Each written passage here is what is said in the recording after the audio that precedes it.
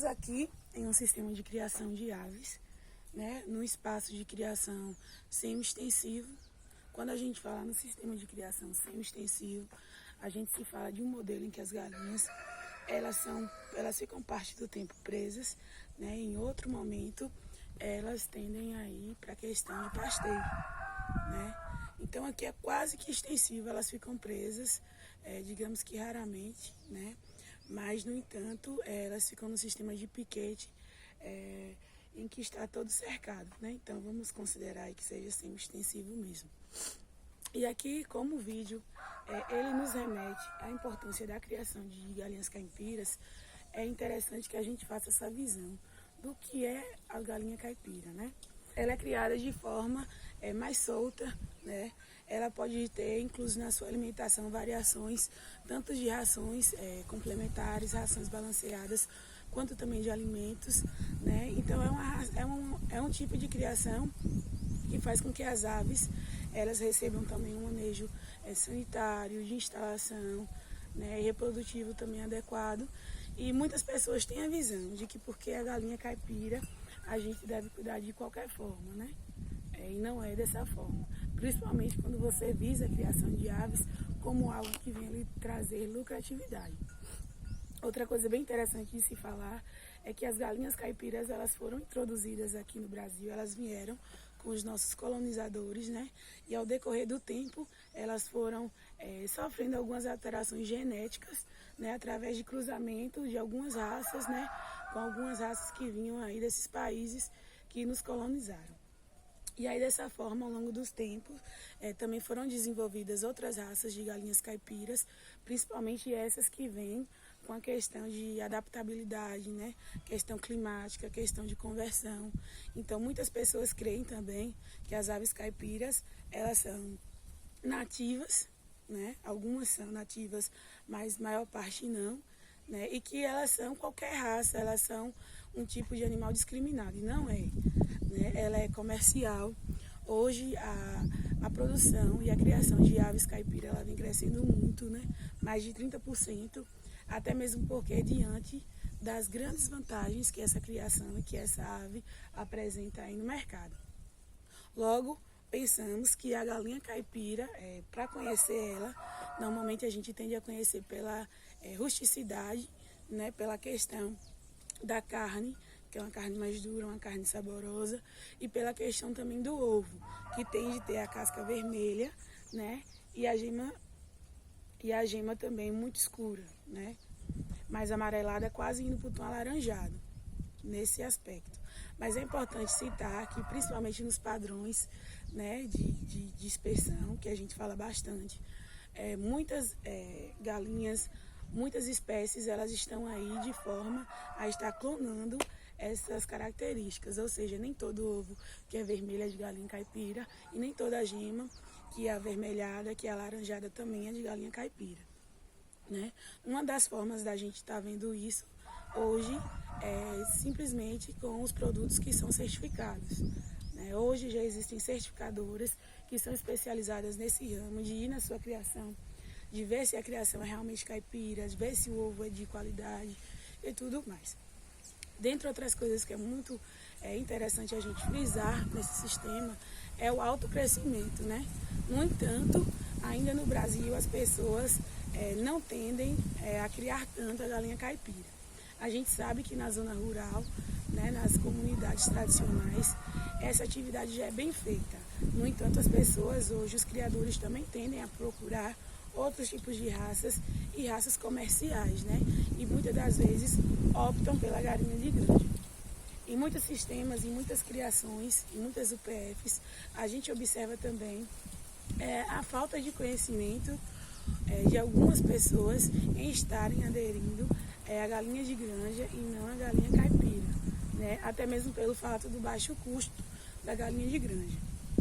Hoje a gente sabe que uma galinha de granja, em média, para estar no seu ato de abate, né, ela demora aí no máximo uns 45 dias, de 40 a 45 dias. Enquanto a galinha caipira, ela vai de média de 90 a 95 dias. Então, por crer que há essa evolução, né, na criação é um tempo muito menor. Muitas pessoas acabam optando por esse sistema de criação de granja e não da caipira, assim como também do consumo, né? No entanto, já há um pessoal mais especializado, né, com a mente mais preparada, e já vê a potencialidade da galinha caipira, tanto na questão do sabor, que é um aspecto que as pessoas gostam muito, né? É um sabor diferenciado, é uma carne mais dura, né? Então você também tem a questão da gema também, que é um ovo diferenciado também, é mais rico em proteínas e em algumas vitaminas do que o ovo da galinha caipira. Então é sempre interessante a gente estar atento a questões dos prós e dos contras, né? Como a galinha caipira ela demora mais tempo para ela estar em fase de terminação, né? Ela consequentemente ela também recebe mais vacinações, né? O custo de produção da galinha caipira também é maior, né? E os cuidados também eles devem ser feitos, assim como em todo sistema de criação. Os produtores, para que eles possam ter sucesso, né, no sistema de criação de aves caipiras e que eles possam ter lucratividade, eles precisam estar atentos ao manejo, né, ao manejo de vinda dos lotes, né, inicialmente, estar com o lugar preparado, higienizado, né, de acordo a estar recebendo esses animais. Também ter uma ração balanceada, né, há uma noção um pouco limitada de que as aves caipiras elas não devem receber rações balanceadas, mas é interessante sim que a gente esteja fazendo esse planejamento desses lotes, dessas aves, de acordo com o sistema.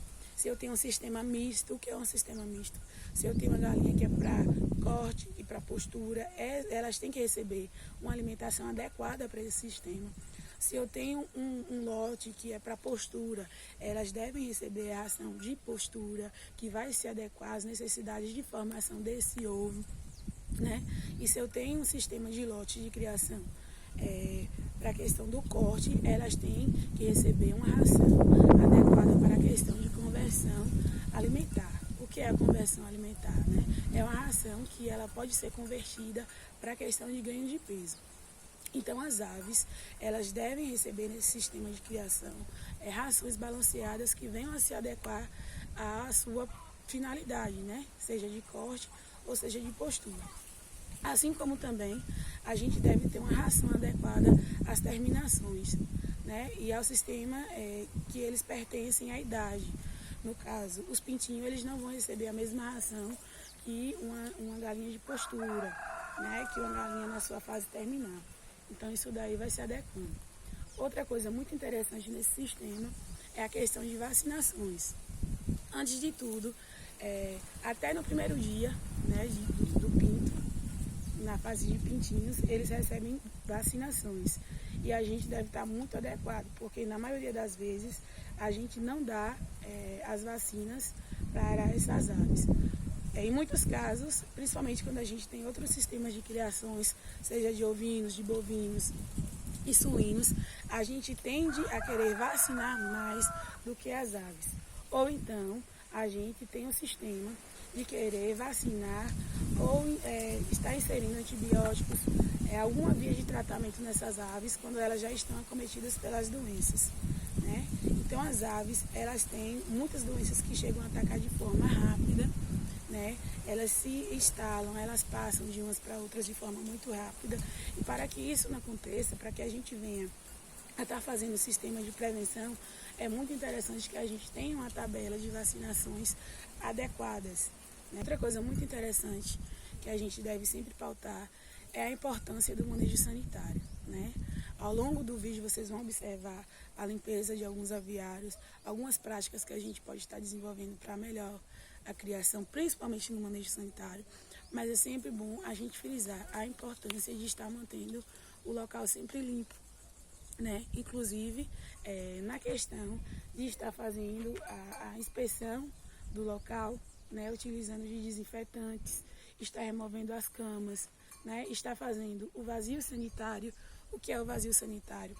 Né? Está preparando o ambiente antes da chegada de um novo lote de pintinhos ou de frangas, né? Esterilizando, né? Usando algumas soluções que venham a limpar melhor o ambiente, vocês inclusive vão ver ao longo do vídeo como fazer essas soluções e esses métodos, né? E estar atento sempre no sistema de estar olhando as aves para qualquer sinal clínico de doença que a gente possa estar usando, logo o tratamento e isolamento desse animal, né? Outra questão muito importante que as pessoas costumam a questionar é sobre qual o ideal a gente está utilizando, né? Se é a questão do aviário, né, do espaço de criação das aves com piso batido ou como chão, como vocês podem observar que é esse sistema. Então, na maioria das vezes, as aves elas são criadas nesse sistema aqui que vocês podem observar, que é de chão batido. E isso que muda, né? Todos os sistemas, eles têm os seus prós e contras, como eu costumo dizer. Inclusive, em algumas pesquisas, se constatam que o sistema que ele tem um chão batido, né, de cimento, você pode observar que você consegue ter um controle de limpeza melhor, né? Eu digo isso por quê? Porque você consegue varrer melhor o sistema, você consegue desinfetar melhor e você tem um controle maior, que eu digo na questão de espaço. Quando você tem um sistema semi-extensivo, você tem todo um piquete que você precisa analisar, né, e adequar ali ao sistema. No entanto, o chão batido, o chão de areia como esse, ele também tem suas qualidades, né? Não vamos dizer que é um sistema que ele não deve ser feito, né? Qual é a qualidade dele em relação ao chão batido, né, ao chão de cimento? É que a gente tem uma rotação, né? As aves elas conseguem andar melhor, né? E aqui nesse sistema, as bactérias elas têm o poder de se proliferar menos do que no sistema de chão batido. Por quê? Principalmente em relação à cama, né, do aviário. Nesse sistema aqui, normalmente as aves elas costumam pastejar mais e não tem tanta necessidade de você estar fazendo uma cama. No caso, quando você tem uma cama e principalmente quando você não faz o trato necessário dessa cama do aviário, o que acontece? Junto às fezes e a ureia, ali vai criar um ambiente muito úmido, que ali é um ambiente ideal para que se desenvolva bactérias ali, que são um dos principais agentes de doenças das aves, né? E aí, ambos eu costumo dizer que ambos os sistemas, eles são muito bons para a criação. É claro que o que vai determinar, principalmente, o sucesso da criação vai ser a questão do manejo sanitário. Vai ser a forma com que você lida. Eu posso muito bem ter esse ambiente aqui mais simples, né? E ter a questão dos bebedouros bem alojados, de ter o sistema em que as aves vão percorrer bem, né? Como também posso ter um ambiente que é mais, digamos que em termos de instalação, melhor, né? Porém, eu tenho tratos que não facilitam essa vivência e esse melhoramento das aves. Então, digamos que de forma geral, o que vai impulsionar a questão do seu sucesso das suas aves está relacionado à ração, né? Está relacionado ao bem-estar dos animais, está relacionado à limpeza das instalações, né? E à vacinação. Então, seguindo esses métodos aí, a gente consegue ter uma criação melhor com altas taxas de lucratividade. Ainda sobre a questão de vazio sanitário, antes que eu esqueça de falar a vocês, é interessante também que na vida de novos animais, que seja esterilizado todo o ambiente, né? Seja os bebedouros, comedouros, a cama deve ser desfeita, né? Então, todo esse ambiente ele deve ser esterilizado e preparado para os novos lotes. Assim como é muito interessante e se faz essencial que, ao sabermos a tabela de vacinações, né, é claro que as aves de corte, elas vão receber aí uma tabela de vacinação menor, né, do que as de postura. Por quê? Porque as aves de postura, elas tendem aí de ter uma vida útil de 135 dias, né? Enquanto as aves de corte, elas chegam a 90 dias. Então, é claro que vocês vão observar aí também ao decorrer dos vídeos que a tabela vai ser menor de corte, né?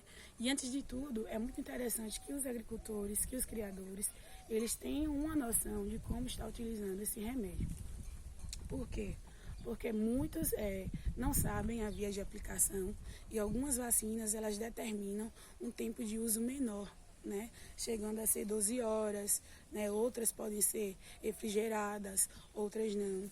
E dentre outros aspectos que faz com que a gente tenha o sucesso dessa aplicação. Né? O que faz com que também a gente não sabendo utilizar, vai estar vacinando os animais e essa vacina ela não vai ter o efeito, né? O princípio ativo não vai estar agindo. Então, é muito interessante que a gente saiba utilizar dessas práticas, muito interessante que a gente sempre esteja estudando, né? E que junto a essas práticas de vacinações, de tratos, que a gente venha também estar usando alguns remédios naturais. Inclusive, em outro vídeo aqui do canal vai estar algumas receitinhas naturais que vocês também podem desenvolver aqui junto com o sistema. Principalmente a questão de plantas fitoterápicas, que também é muito interessante, tá bom? Então agora a gente vai analisar as tabelas e de acordo com elas também vamos ver algumas das principais doenças que tendem a atacar a criação de galinhas caipiras. Dentre esses sistemas de criações, é importante a gente também apresentar outro sistema que é bastante confundido com o sistema de criação de galinhas caipiras, que é a questão do sistema de frango orgânico ou galinha orgânica. Né? Muitas pessoas acreditam que é o mesmo sistema e não é. E o que é que difere um sistema do outro? Né? As galinhas caipiras, como eu já apresentei para vocês as características, elas advêm de uma linhagem, né, dos colonizadores, né? E além da questão de raças, né, de vir de uma determinada raça, ela também apresenta a questão de rusticidade, a questão da alimentação, é o sistema de criação também que envolve tudo o que se refere à questão de galinha caipira. Né? Já a galinha orgânica, como o nome já diz, ela envolve uma série de medidas que faz com que essa criação dessa ave gire em torno de produtos orgânicos. Ou seja, essas aves elas não podem ingerir a questão de hormônios, né, de alimentações industriais. Normalmente a base de alimentação dela é uma alimentação orgânica, né? Produtos que não advêm de uso de inseticidas, de orgânicos, nada químico, de uma forma geral, tá bom? Então tem muito essa questão, essa diferenciação.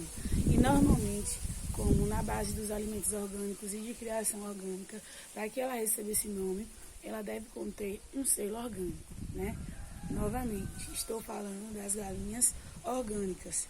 Elas recebem um selo, né? E antes de receber o selo, eles passam por um momento de vistoria, que normalmente é uma empresa, uma rede que é contratada, né, para fazer esse acompanhamento aos agricultores, de modo com que eles possam receber o selo. Né? Eles não recebem o selo de forma direta. Há toda uma conversão. O que é essa conversão, Isa? Eles, de certa forma, estão criando os animais de forma convencional, né? E aí eles passam por uma transição agroecológica. Eles passam por uma transição em que eles não vão estar utilizando vários tipos de produtos que são proibidos, né? E que se eles utilizarem essa carne, esse animal, né, esse ovo, essa carne dessa galinha, ela não vai receber esse selo orgânico. E aí por que a gente deve diferenciar? Porque muitas das vezes a questão do orgânico ele é muito interessante. No entanto, até o momento em que você faça essa conversão, de que você se estabeleça, né, essas regras, muitos dos agricultores acabam desistindo da ideia. No entanto, aos prós e contras, né, a pessoa certificada, a pessoa com selo, ela consegue uma agregação maior do seu produto. Além do consumidor também, o consumidor ele consegue uma constatação de verdade de que aquele produto, de que aquela carne é proveniente realmente de uma criação orgânica, né? De uma criação saudável, assim como também as de aves caipiras. Então a produção orgânica ela também vem crescendo, as aves orgânicas, né? Mas ainda precisa que os agricultores eles tenham acesso a esses mecanismos, né? E por essas empresas, por auditoria, né, que façam essa transição, que façam esse acompanhamento para tornar mais fácil essa transição do animal convencional para a prática orgânica, né? A Terra-distância é uma adaptação das atividades de assistência técnica e extensão rural do Bahia Produtiva, projeto do Governo do Estado da Bahia, por meio da Secretaria de Desenvolvimento Rural do Estado da Bahia, executado pela CAR, Companhia de Desenvolvimento e Ação Regional, com recursos provenientes de acordo de empréstimo com o Banco Mundial.